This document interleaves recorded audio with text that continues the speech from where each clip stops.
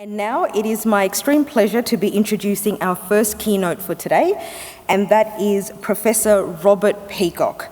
Professor Peacock is Chair of the Department of Criminology at the University of the Free State, South Africa, and is currently a Vice President of the World Society of Victimology. Professor Peacock has written extensively about victimology, in particular on institutional victimization, identity, and the legacies of colonial and post-apartheid South Africa.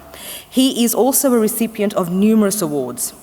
He is the founding member of the African Postgraduate Course of Victimology, Victim Assistance, and Criminal Justice, which seeks to advance justice on the African continent and elsewhere. The course focuses on the plight of disenfranchised and marginalised individuals, groups, and communities. Professor Peacock's work can be considered pioneering in its celebration of an African victimology that embodies the Ubuntu values of intense humanness and universal interconnectedness. His address today is titled, "I Am What I Am Because Who We All Are," a victimological exploration of the African values of Ubuntu. Please put your hands together to welcome Professor Peacock. Good morning, ladies and gentlemen. Thank you so much for the warm introduction. My appreciation as well to the organizing committee and the scientific committee for this honor to present this address to you here today. I would like to observe also all protocols and acknowledge indigenous values for our gathering here today. I would like to start with the following quote of Nelson Mandela, who says, "The oppressor must be liberated just as surely as the oppressed.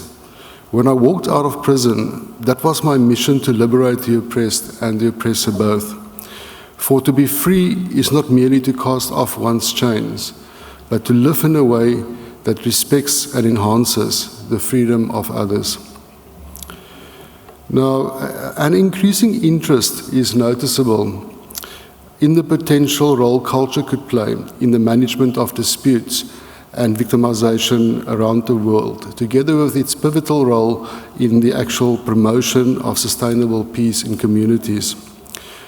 Take South Africa as an example of a country that transformed from an autocratic regime to a constitutional democracy as the result of African cultural values. This is not to say that political and other factors did not also play a part in the peaceful acceptance of the work of the South African Truth and Reconciliation Commission by the black community, whether as victims or perpetrators. But forgiveness and reconciliation were recognized and understood as part of a larger framework, a worldview based on the African cultural values of Ubuntu. Interesting enough, more black perpetrators applied for amnesty than whites during the proceedings of the TRC. Now, this discussion this morning will focus on this very potential of this African worldview or paradigm to imbue with new possibilities the socio-political, legal, and psychosocial landscape associated with victimology and victim assistance, also elsewhere in the world. But I think it becomes firstly necessary to circumscribe exactly what is meant by the concept Ubuntu. Now, the concept of Ubuntu is found in diverse forms throughout Africa, and more specifically in the languages of the East, Central, and Southern Africa. In terms of its definition, Emeritus Archbishop Desmond Tutu observes that Ubuntu is very difficult to render into a Western language. Credited as a way of life, African philosophers such as Kahunda refers to it as African humanism, Cesar and Senghor as negritude, Nyere as Uyana, and Nkrumah as conscientism. When literally translated into Nguni languages, it means humaneness and is usually associated with the Zulu phrase Umuntu, Nkubuntu, Nkabantu. And this translates as, "I am what I am because of who we are," or "I am a person through other persons." Ubuntu, in other words, is the art of being human.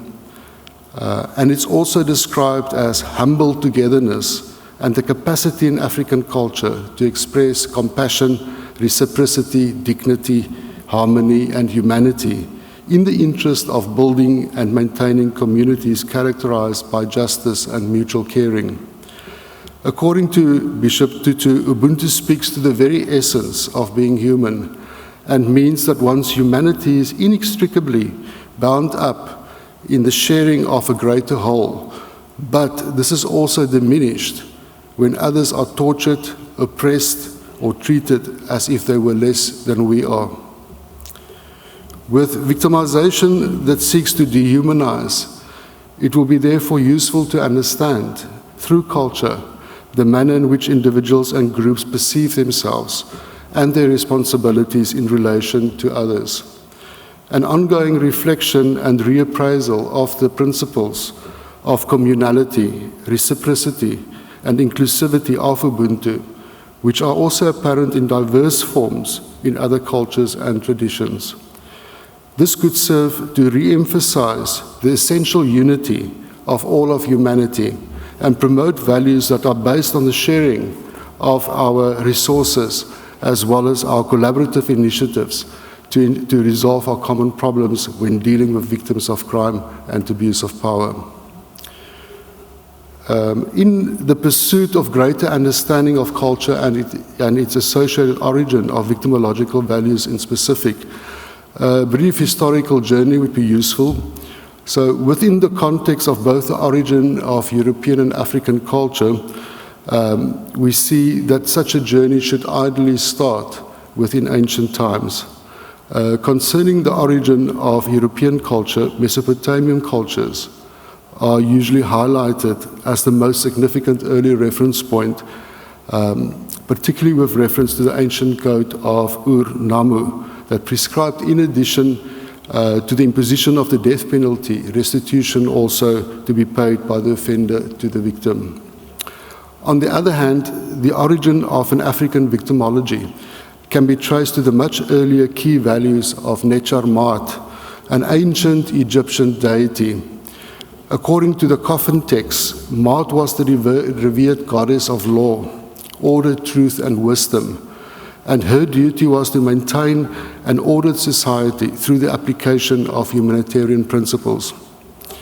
The holy beliefs of Nechar Mat formed the foundational ideal of ancient Egyptian philosophy and were associated with the 7 virtues of Ubuntu as the key to perfection, namely truth, justice, propriety, harmony, balance, reciprocity, and order.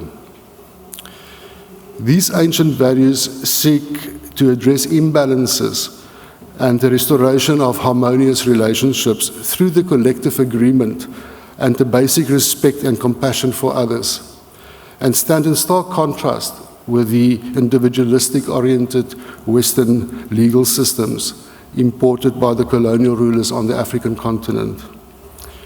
These African values of Ubuntu remind, of course, also of restorative justice. According to Fatah, proponents of restorative justice in the West often forget that pre-industrial Africa was the cradle of restorative justice, although various forms of restorative justice can be observed, of course, amongst others, the First Nations of Australia and New Zealand and of North and South America. The epicenter of the principles of Nechar Mat and Ubuntu speaks to the universality of humankind that allows for a pluralistic humanitarian discourse. In other words, for the affirmation of one's humanity with others in its infinite variety of context and form. Within Western phenomenology, there has been a similar emphasis on human interconnectedness, particularly influenced by the work of Heidegger and referred to as the Mitwelt, or the social world shared with others. The Mitwelt was deemed together with the Umwelt, the environment, and along with the Eigenwelt, personhood, as essential structures that determine human experience. Returning to harmony within Egyptian ancient society, We notice it was embodied by nature mart as the natural order of things, proportional measures and balance as the essential truth of nature. With humanity directed by actions that lead to harmony, Ubuntu societies placed a high premium on communal life, the collective well-being of the community members, and maintaining of positive relationships within the community and society as the duty of all of the members. In the case of conflict, each member of the community is linked to each of the disputants, albeit to the transgressor or injured party. Now, the purpose of justice in traditional Africa was to restore harmony as quick as possible and involve the transgressor, the aggrieved person, and community. Although predominantly restorative, punishment was also not unknown in traditional African law. But African law did not seek to create offences or criminals, but rather to restore and to maintain equilibrium in communitarian societies. Other than the individual-oriented nature of Western concepts of law, the focus here was on interconnectedness, that is, group rights, duties, harmony, but also shame. A guilty person and his groups or her group would be shamed thereby for fitting status in the community until the transgression was purged. Now, the possibility of collective shame would serve as a deterrent for future victimization due to the impact it had on group solidarity and wholeness. Masrou emphasizes the protection of the innocent as the key feature of traditional African law, followed by restitution to the aggrieved person or group and the sense of shame the community accorded to infractions. Concerning the transformative potential of Ubuntu values, in delivering his Nobel Prize speech, Wally Soyinka expressed astonishment at how some Africans seem to be able to forgive after much suffering and injustice. He says the following: "There's a deep lesson for the world in the black race's capacity to forgive, one which I often think has much to do with the ethical precepts which spring from the worldview and authentic religions, none which is ever totally eradicated by the accretions of foreign faiths and the implicit ethnocentrism." Although much has been written about the differences between forgiveness and reconciliation, forgiveness would usually refer to a personal letting go of resentment associated with the past, while reconciliation, of course, on the other hand, would refer to a change in both parties. Within a Ubuntu framework of interconnectedness towards wholeness, the two concepts cannot be separated. They are not only closely linked, but mutually independent as well. The deed of asking forgiveness and forgiveness itself needs to lead to recovery, reconciliation, and a fuller personhood. Or in the words of Mrs. Ngwewu, whose son was killed by the apartheid state security forces and who testified during the second week of the TRC hearings, "This thing called reconciliation, if I am understanding it correctly, if it means the perpetrator becomes human again, this man who killed Christopher Pitt, if it means he becomes human again, this man, so that all of us can get our humanity back, then I agree, then I support it all." This African mother understood that her son was killed because the killer had lost his own humanity, and that the loss of her son affected also her humanity. But she also understood that her forgiveness could change the killer, thereby opening up the possibility for her and him to become fully human again. This interconnectedness would be different from forgiveness in the Christian sense. According to forgiveness within the Christian context, it would read as, "I forgive you because Jesus has forgiven me." Or maybe the more familiar, "Forgive our trespasses as we forgive those who trespassed against us." It is believed that the reward will be in heaven, and therefore it's possible that one can forgive without reconciling, or to reconcile without forgiveness. living, for example, in peace next to very sinful neighbors. With interconnected forgiveness, on the other hand, the effort here is towards full personhood on earth, and the victim or injured party may forgive without even being asked. But importantly, the power or potential towards wholeness stay with the victim. Now, despite this healing potential of forgiveness, it remains nevertheless a somber concern that survivors at the TRC hearings and families of the victims began to experience a range of psychosocial problems after their testimony and forgiveness. This meant, in the words of one of the participants, going public makes you vulnerable. This would have been the case in particular in the absence of debriefing and care after testifying at the TRC. Now, for many participants in the TRC hearings, feelings of vulnerability did not only refer to the reenactment of traumatic experiences, but translated also into fears surrounding the loss of anonymity, the fear of retaliation, and the fear of continued conflicts within their own communities. But the interim constitution of the Republic of South Africa that prepared the way for the first democratic elections relied on this very willingness of victims to forgive and to recognize the humanity of the perpetrators of gross human rights violations. Without their forgiveness, there would have been no future for the new republic. And at the dawn of a new democratic order, the epilogue of the interim constitution emphasized that the divided society that emerged from apartheid bore a legacy of hatred, fear, guilt, and revenge, highlighting also the need for understanding but not vengeance, a need for reparation but not for retaliation, a need for Ubuntu but not for victimization.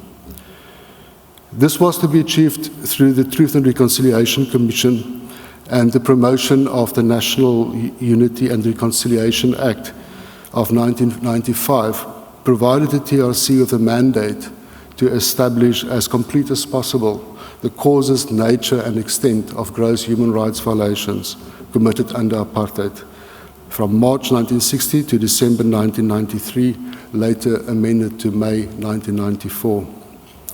Now, this was to be accomplished through investigations and the holding of public hearings.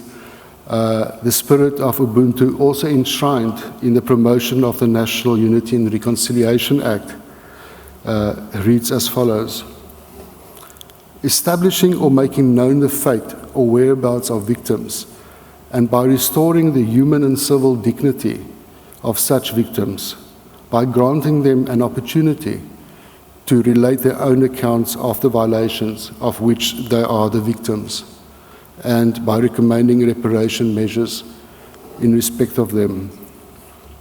However, this process, the process of amnesty granted to the perpetrators, moved Ubuntu here from the center to the peripheral, particularly as far as individual-oriented or individual-level reconciliation is concerned.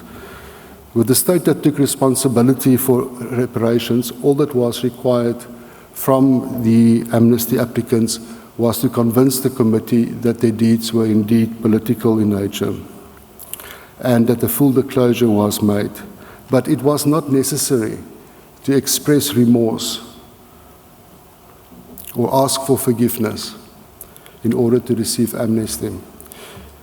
In the absence of a certain reciprocity in the balancing act of reparations and amnesty granted by the Commission, with no shaming or change on the part of the perpetrator after the act of forgiveness, it can be said that such negation of acknowledgement, remorse, and intercommunal understanding certainly distracts from the healing potential of the spirit of Ubuntu, and therefore also from achieving reconciliation at a micro interpersonal level. A lack of a formal apology remains notably one of the most controversial aspects of the South African amnesty process. With the state that took responsibility for reparations, the Committee on Reparations and Rehabilitation of the TRC recommended that a comprehensive reparations program should be implemented by government. This would have included direct financial compensation to victims, as well as symbolic community-based and institutional forms of reparations. However, what could have been one of the most ambitious reparations programs in sub-Saharan Africa, the state decided in the end, at a much more diluted version, a once-off direct financial payment to victims and a community-determined program. Adequate reparations would have done much to publicly affirm the moral worth of victims, together with a much-needed measure of financial relief. But after many years, the South African Coalition for Transitional Justice still needs to hold the South African government accountable to its obligations. The Universal Declaration of Human Rights, as well as the International Covenant on Civil and Political Rights, provides that every person who has been a victim of gross human rights violations is entitled to an effective remedy. But South Africa, with its freedom heroes, lags behind countries such as Brazil, Peru, Guatemala, Sierra Leone, which have established ongoing victim registration procedures. Other countries such as Argentina and Chile have repeatedly extended or reopened victim registration procedures. The South African Commission for Transitional Justice remains furthermore concerned that the many unnecessarily administrative requirements and procedures contained in the regulations would render the proposed assistance largely inaccessible. Now, the research participants in the research of Peacock highlighted that the success of the TRC was largely on a national level, in that revelations of the truth were essential for the common good rather than for individual benefit. They participated in the hearings to contribute their part to the truth to history. But rather than arriving now today at a false dichotomy of communalism versus individualism, or where the good of the majority takes precedence over the human rights of the individual, the challenge would indeed be to strike a balance in the tension between the promotion of individual autonomy, individualism, simultaneous to an inherent relationship, and can I also add vulnerability, to the group or communalism. In my opinion, this would be a critical condition to render Ubuntu, or for that matter, any other restorative practice, into a workable concept, rather than turning it into another tool of oppression or secondary victimization. In order to play a truly transformative role, communalism needs therefore to allow for the recognition of universal human rights, together with its own attributes of solidarity, interdependence, and collective responsibility. With Ubuntu as an emerging value in South African law, we see that a pluralistic legal culture would present with the very potential to harmonize these very Western values, or more individual-oriented values, with indigenous or more communal values. This should be considered a functional imperative, particularly with reference to the prolonged oppression that is usually associated with structural and institutional victimization, or in the case of South Africa, due to colonization and apartheid. Since the liberation, or rather the cannibalization of the so-called Dark Continent, that was prompted by the European scramble for Africa and formalized by the Berlin Act of 1885, African law has been treated as inferior, hardly deserving recognition as true law.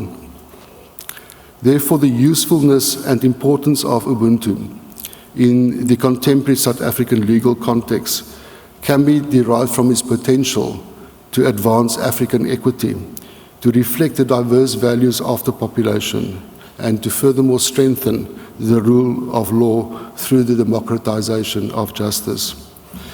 The latter being especially critical since the the white supremacist policy of racial discrimination and domination and segregation was institutionalized through an abundance of laws and enforced by the agent of the regime, criminal justice, thereby amplifying the lack of legitimacy of a white man's law or that of Western legal traditions. It would be misguided, of course, to view inequalities and victimization in crime control and justice to only be the preserve of colonial and apartheid South Africa. As research shows how social constructions of cultural bias and stereotypes of age, race, and sexual orientation and social class continue to underscore criminal justice decisions also elsewhere in the world. Focusing also on the broader environment, the massive migrations in our globalized world and thus influx of foreign nationals and displaced people would render, according to Groenhuizen, cultural neutrality in the administration of criminal justice a fallacy, with major implications for victimology due to the concomitant institutionalized victimization.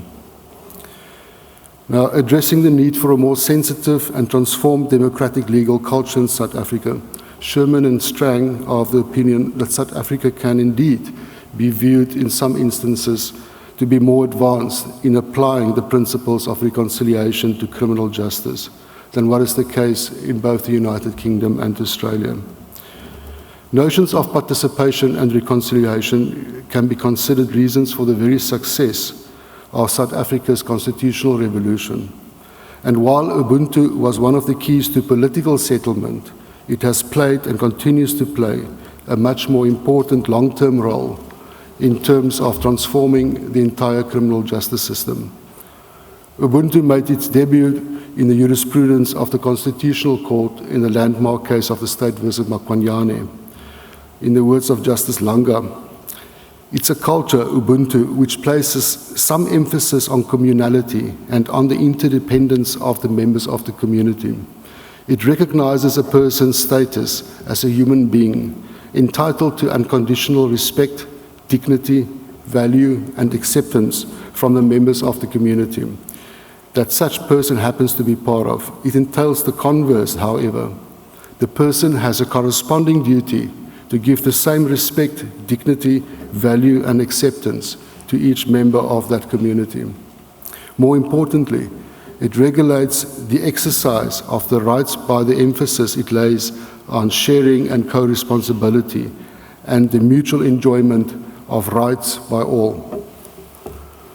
An outstanding feature of Ubuntu is the value it thus places on life, on human life and human dignity, signifying that the life of one and another person is at least valuable as one's own, and that respect for the dignity of every person is integral to this concept. This return here to Ubuntu addresses, in this landmark case in specific, the colonial and apartheid era's lack of respect and utter disregard for the human life and dignity of race groups other than those from European descent. With Ubuntu, that is spearheading the development of a genuinely plural legal culture that needs to embody deep notions of inclusivity after the atrocities of apartheid. We have seen restoring harm becoming one of the central aims of South African sentencing policy. It also contributed to the entire reconfiguration of the traditional court system. Ubuntu values are furthermore referred to in administrative law and maybe not as welcome yet in private law as in public law, but nevertheless also evident here as emerging jurisprudence. The new Child Justice Act deserves special mentioning in its commitment to Ubuntu values in the child justice system through the fostering, number one, of the child's sense of dignity and worth. Secondly, reinforcing children's respect for human rights and the fundamental freedoms of others by holding children accountable for their actions and safeguarding the interests of victims and communities. And furthermore, supporting reconciliation by means of a restorative justice response. And furthermore, involving parents and community members which were affected by the crime in order to encourage the reintegration of the children. Now, a particular challenge would be to invoke Ubuntu values in addressing socio-economic rights as an important dimension in the protracted struggle against apartheid, inequality, and the abuse of power. With Ubuntu as an emerging value in South African law, I think it would be also useful to focus now on the possible transformative value of Ubuntu and humanism in victimology and the social sciences. If we look at state violence and also a Western view of mental health, we note that when state violence is perpetrated against a segment of society within its own boundaries, such premeditated and systematic extermination of a social class or ethnic group follows methods of genocide rather than that of a war between two nations. According to Milo, in-depth psychoanalytical studies have been undertaken not only on the families of the desaparecidos in Argentina and Chile, but also on the survivors of the Holocaust and on the survivors' offspring in the second and third generations. The concept of paranoid schizoid is suggested in understanding not only an individual's specific constellation of anxieties, defenses, and object relations, in other words, the splitting and denial of destructive fantasies and projection into a not-me object to protect the self, but also those processes of dehumanization, which refers to the internalization of violence that characterize state violence, including the apartheid ideology.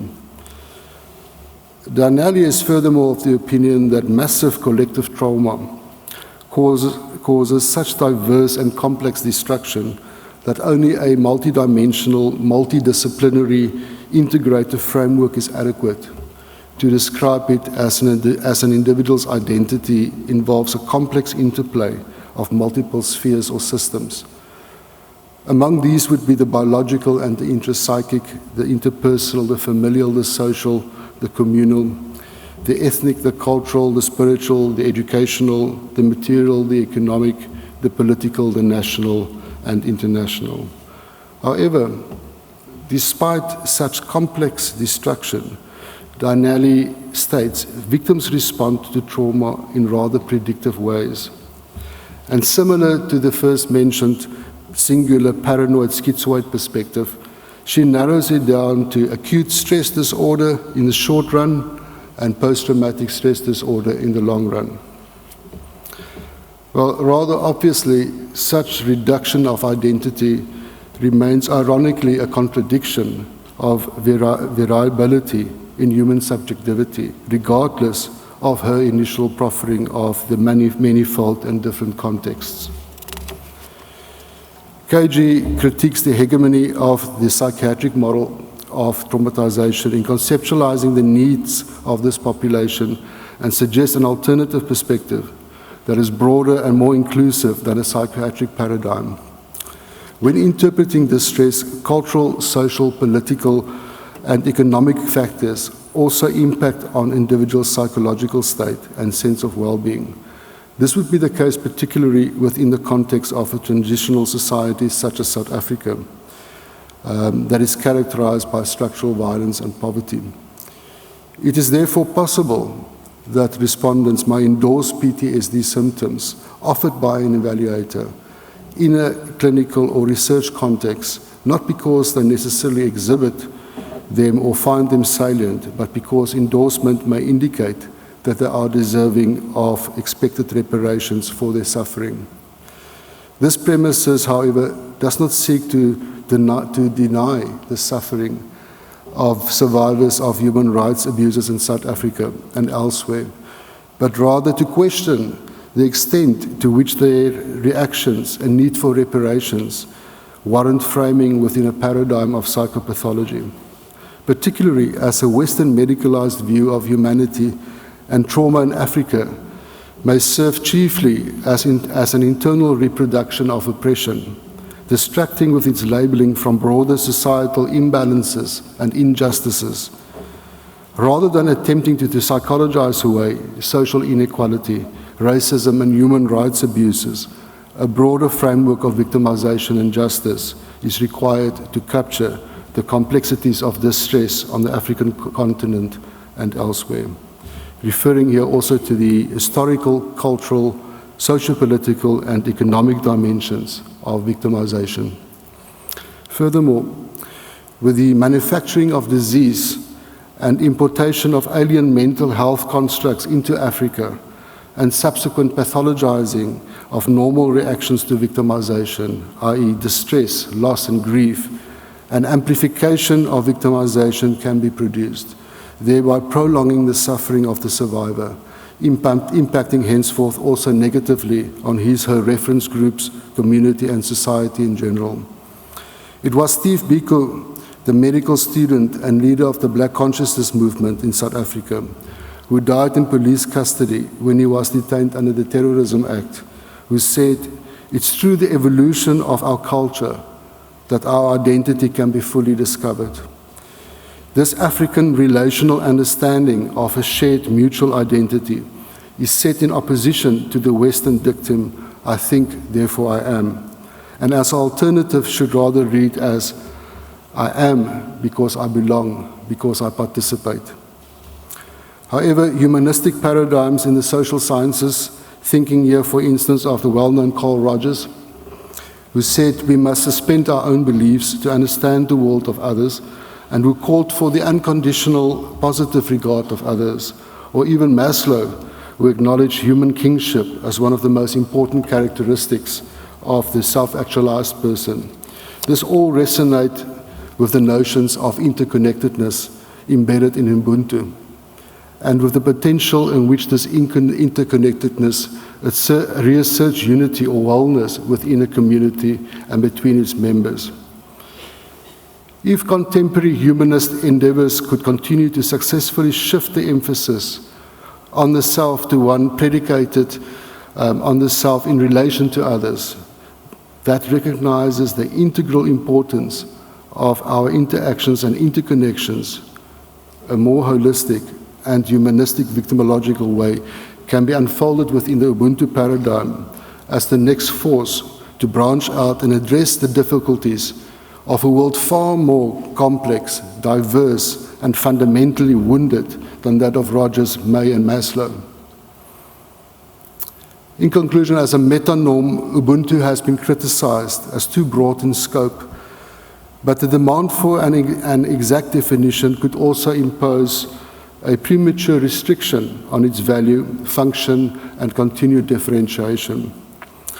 Ubuntu-inspired research and jurisprudence can nevertheless provide important direction to the realization of democratic Ubuntu societies based on the accessible, inclusive, and aspirational values of dignity, freedom, and equality in order to advance the intense humaneness of a universal personhood in our attempts to address and transcend institutional, structural, and interpersonal victimization.